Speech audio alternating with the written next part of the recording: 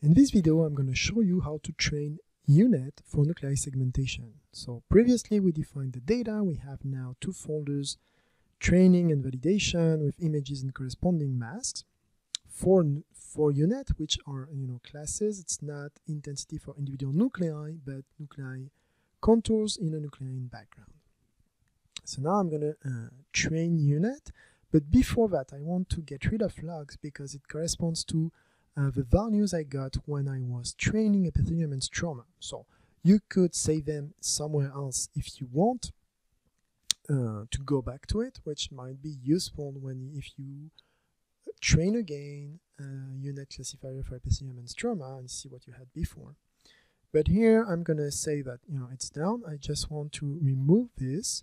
So I can try to directly delete it, but most of the time it's not going to work. You don't have the rights and you need to actually kill it. And that's a good opportunity for me to show you how you can kill everything that's running if you go back to your command prompt, and that would be the same in a terminal. You just type Ctrl+C twice and it's going to kill everything. You see, now we're out of it. So I can go here and just remove the log. Alright, now I can run again Jupyter Notebook and I'm gonna train UNet for nuclei segmentation. So I'm gonna go back to codes, UNet, and training.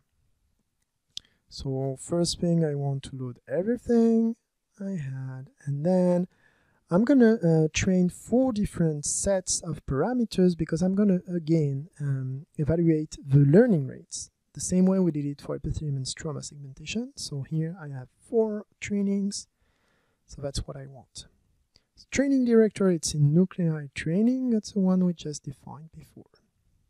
Validation is in nuclei validation, and I want to save classifiers in nuclei. Alright, so now we have only one channel, we just use TAPI. 3 classes, background, inner nuclei contours. We're going to use the same size for the imaging field as before, and I'm just going to change these values. So 1, first, 100 epochs, won't do any data augmentation to start with. Batch size, good, and this is not used because we have a validation data set.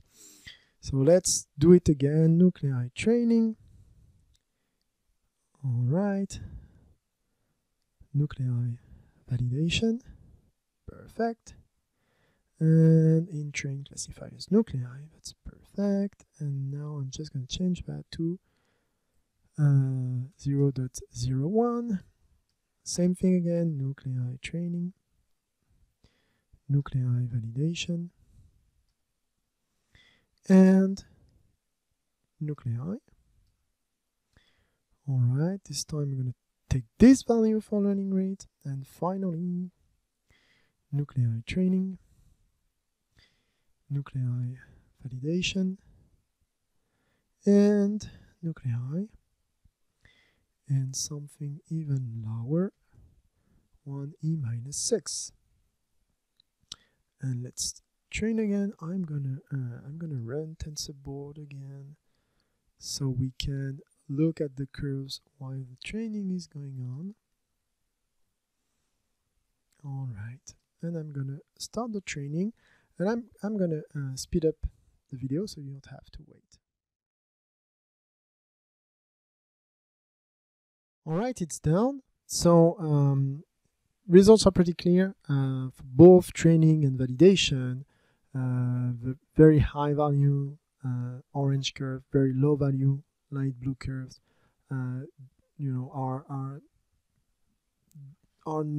cannot give the same level of accuracy. Clearly are behind. The worst being the very high values, the orange curve. For the validation, it's again constant, which probably means all pixels are labeled as part of a background. When we look at the two other curves, they're very similar, so 0.01 or 1e-4. When we look at the beginning, it doesn't really converge at the beginning for 0.01 and the validation set. So we're gonna again use 0.0001 because it looks smoother, even though based on this, shouldn't be much difference. So we're gonna run another training, but this time with data augmentation. So with this value for learning rate. So let's go back up. One more thing I didn't tell you, but it's really fast. You see, it takes about 30 seconds to run 100 epochs, so it's even faster than before. It makes sense because we only have 4 images in the training data set. And that's what takes time. It's the amount of data that is processed. So it's really fast. So here, we're going to do a new training, just one. So I'm going to change it to 1 and run it. So I just have one set of parameters. So this doesn't change. Nuclei, training, and nuclei validation. Nuclei. All right. This is all correct. I'm going to keep this learning rate. And this time I'm going to do some data augmentation. So let's do 25 epochs. Before we did just 10 augmentation. As we have less data, maybe we can increase. Again, this is really just to have an overview how to use the code. That would make sense to try several runs with several, first to have a more fine-tuned definition of the learning rate, but also to have a better parameterization for the number of augmentation. In my experience, what I can say is that it's extremely unusual to have a fitting with that augmentation, so you can go pretty strongly, like you can do 100 and it will still be fine. Here we're gonna do 50 and we'll see what we get. So for 25 epochs, so I'm gonna start the training, go here, so we'll see the results as they come from the training, and I'm gonna speed up the video so you don't have to wait.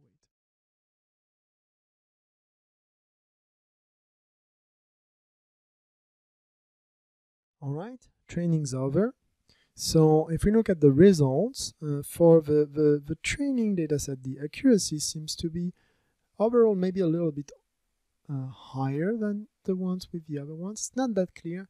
Something you have to keep in mind as well is that when you apply data augmentation, you expect to have an accuracy that might be a little bit lower because due to data augmentation, you introduce different kind of noise in your training data, and it might be it should be harder now because you have so the rotation and flipping maybe not that much, but when you change the brightness, when you add noise, when you remove pixels, these kind of things, it's going to make the decision to make harder, and it's going to probably lead to an accuracy that's a bit lower. So that's why it's really important, even more important, to look at the validation accuracy.